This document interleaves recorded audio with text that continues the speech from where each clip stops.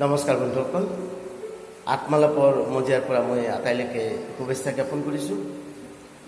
আৰু আজি এই আত্মালাপত মই এটি বিশেষ বিষয়বস্তু আপোনালোকৰ লগত উপস্থাপন কৰিম। সেইটো হ'ল সংঘাত। যে সংঘাত অবিহনে এজন মানুহৰ জীৱনৰ বিষয়ে উপলব্ধি কৰিব নোৱাৰে। গতিকে সংঘাত জীৱনৰ অভিন্ন অংগ। যিবিলাকৰ জীৱনত সংঘাত সম্পৰ্কে ধাৰণা নাই, সেইবিলাক জীৱনত কিছুমান বস্তু হেৰুৱাই পেলায়। গতিকে মই ভাবোঁ যে আজিৰ এই আধুনিক যুগত বহুত অভিভাৱক বা পিতৃ মাতৃয়ে সন্তানক সংঘাতৰ পৰা দূৰত ৰাখে, সংঘাতবিলাক জানিব নিদিয়ে। গতিকে মই ভাবোঁ যে সংঘাতৰ কিছু কিছু অংশ সন্তানক জানিব দিব লাগে আৰু সন্তানক সেই সংঘাতৰ পৰা কেনেকৈ পৰিত্ৰাণ পাব পাৰি তাৰ উপায় বিচাৰিব দিব লাগে। তেতিয়া সন্তানটো কিছু লাভ হ'ব।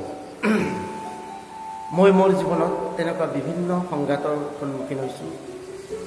সাংগীতিক ক্ষেত্ৰখনত হওক বা মোৰ পৰিয়ালৰ ক্ষেত্ৰতে হওক বা সামাজিক ক্ষেত্ৰতে হওক বা ৰাজনৈতিক ক্ষেত্ৰতে হওক, বিভিন্ন সংঘাতৰ সন্মুখীন হৈ আহি আজিৰ অৱস্থা পাইছোঁ। আৰু এই পৰিক্ৰমাটোত এই সংঘাতবিলাকৰ লগত মই যুঁজ কৰিছিলোঁ।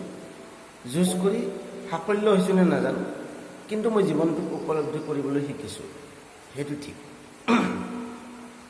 মোৰ জীৱনত এনেকুৱা এটা ঘটনা ঘটিছিল, যিহেতু মই সংগীতৰ মানুহ আৰু সংগীতৰ ক্ষেত্ৰখনৰ মই চিনেমাই হওক বা ভ্ৰাম্যমাণ থিয়েটাৰেই হওক বা মঞ্চ বা অডিঅ' ৰেকৰ্ডিং ষ্টুডিঅ' এইবিলাকৰ লগত মই জড়িত। সেই সময়ত মই আজি বহুত বছৰ আগতে অডিঅ' ৰেকৰ্ডিং ষ্টুডিঅ'ৰ লগত মই জড়িত হৈছিলোঁ। আৰু তেতিয়া মই প্ৰথম পদাৰ্পণ কৰিছিলোঁ ষ্টুডিঅ'ত। যেতিয়া মই বজাইছিলোঁ তেতিয়া মই ষ্টুডিঅ' সম্পৰ্কে ধাৰণাটো কম আছিল। কিন্তু সেই সময়তে মোতকৈ এজন ছিনিয়ৰ গীটাৰিষ্টে মোক, যেতিয়া মই বজাব লৈছিলোঁ, তেতিয়া মোক বিভিন্ন ধৰণে ইটিকিং কৰিছিল বা মোৰ প্লেয়িং ষ্টাইলটো সম্পৰ্কে তেওঁ তাচ্ছিল্য কৰিছিল। তেতিয়া মই চেণ্টিমেণ্টেল হৈছিলোঁ। আৰু যেতিয়া মোক এইবিলাক ক'লে যে তোৰ মানে বাদন শৈলী ঠিক হোৱা নাই, তোৰ অমুক ঠিক হোৱা নাই, তোৰ স্বৰ সম্পৰ্কে ধাৰণা নাই, এইবিলাক কৈছিল। হ'ব পাৰে।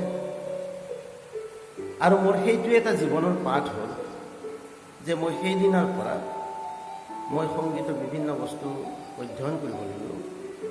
অধ্যয়ন কৰি লৈ স্বৰ সম্পৰ্কে যিখিনি সাম্যক ধাৰণা, এই ধাৰণা সম্পৰ্কে মই অধ্যয়ন কৰিলোঁ। অধ্যয়ন কৰি মই এটা সময়ত এনেকুৱা হ'লোঁ যে স্বৰবিলাক মই মুখে মুখে কোনো লিখা মেলা ছিষ্টেম নোহোৱাকৈ ক'ব পৰা হ'লোঁ। এতিয়াও পাৰোঁ। গতিকে এটা গীতৰ যেতিয়া স্বৰবিলাক প্ৰয়োগ কৰা হয়, তাক মই মুখে মুখে কৈ দিব পৰা হ'লোঁ। আৰু এটা সময়ত মই ষ্টুডিঅ'ত ঠিক তেনেকুৱা ধৰণে কাম কৰিবলৈ ল'লোঁ। আৰু সেই কাম কৰা পিৰিয়ডতে সেই গীটাৰিষ্টজনক আকৌ লগ পালোঁ। লগ পাই তেওঁ মোক যি কয় অন দ্য স্পট মই নোটেশ্যন বনাই দিব পৰা হ'লোঁ। যি নহওক, এইটো মোৰ জীৱনৰ কাৰণে এটা লেচন হ'ল, পাঠ হ'ল।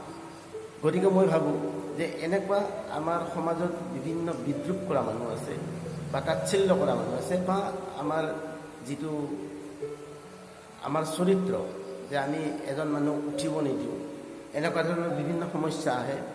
সদায় আমি সমালোচনাতে ৰাখোঁ মানুহ এজনক, বা মানুহজনক আমি উঠিবলৈ যিখিনি উৎসাহ দিব লাগে সেইখিনি আমি নিদিওঁ।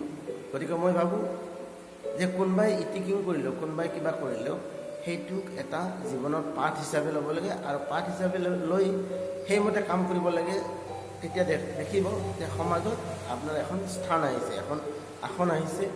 গতিকে আমাৰ এতিয়া নতুন যিখিনি প্ৰজন্ম, এই প্ৰজন্মই জীৱনটোক এনেকুৱা ধৰণে সংঘাতৰ সন্মুখীন হৈ সংঘাতবিলাকক জয় কৰিবলৈ শিকক।